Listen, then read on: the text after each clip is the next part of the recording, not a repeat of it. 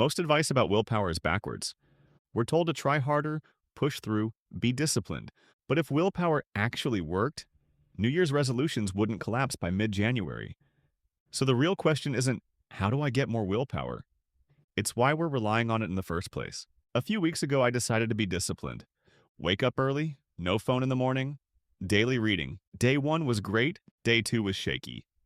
By day 3, I was scrolling in bed like nothing ever happened. And my immediate conclusion wasn't that the system was flawed. It was that I lacked willpower. That reaction is incredibly common. And it's also the wrong diagnosis. Here's the key idea. Willpower is a terrible long-term strategy. Not useless, just unreliable. There are a few reasons this tends to fail.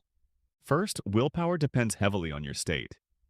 It works best when you're rested, well-fed, calm, and motivated, which is not how a lot of days actually look. Stress, poor sleep, decision fatigue, all of these reduce your ability to push through. So when life gets harder, willpower gets weaker. Exactly when you need it most. That's not a character flaw. That's biology. Second, willpower is fighting systems that are designed to win. Your phone, social media, junk food. These aren't neutral choices. They're engineered to grab attention with almost no effort. So you're not choosing between equal options.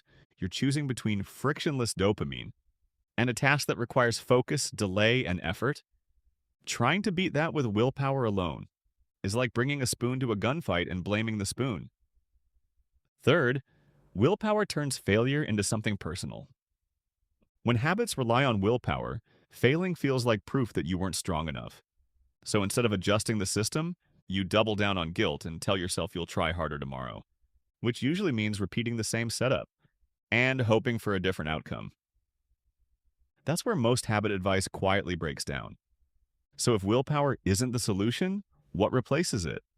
Not motivation, not discipline. Design. Here's a simple 2-step replacement for willpower you can try today. First, observe friction, not behavior. Instead of asking why you didn't do the habit, ask where the friction was. Was the task unclear? Did it require too many steps? Was the distraction easier to access? Write this down once, no judgment, just noticing. Second, reduce friction aggressively, not by 10%, by 80%. Most habits fail because the starting point is too demanding. Not because the habit itself is hard, but because getting started feels heavier than it should. So the first thing to understand is this. Friction usually happens before the habit even begins. It's the book being on a shelf instead of next to your bed. It's gym clothes buried in a drawer when you're already tired. It's needing to decide what to do, what to wear, or where to start. Reducing friction means removing these tiny barriers in advance. Keeping the book next to your bed. Laying out gym clothes the night before if you plan to work out in the morning. Opening the document you want to write in and leaving it open. None of this requires motivation. It just makes the right action easier to access than the wrong one. But that's only the first layer. The second step is even more important. Reduce the first action to under 2 minutes. This is where most people get it wrong. They reduce friction around the habit, but they keep the habit itself too big. Reading becomes 30 minutes. Exercise becomes a full workout. Writing becomes a full page. And the brain still resists. So instead, shrink the entry point until it feels almost too small to fail. If you want to read, don't aim to finish a chapter. Open the book and read one paragraph. If you want to exercise, don't plan the workout. Put on your gym clothes. If you want to write, don't try to be productive.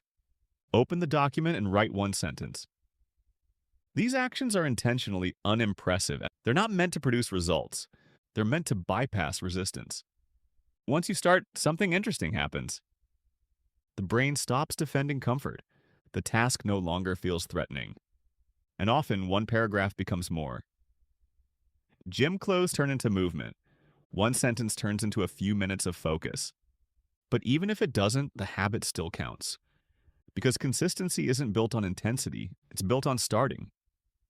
You're not lowering your standards, you're lowering the cost of entry, and that's how habits survive real life. A useful rule of thumb is this. If a habit requires willpower, it's not ready yet. If you want to put these ideas into practice, we've left a few useful resources in the description. And if you enjoy short psychology breakdowns like this, consider subscribing. Otherwise, try adjusting one small friction point today and see what actually changes.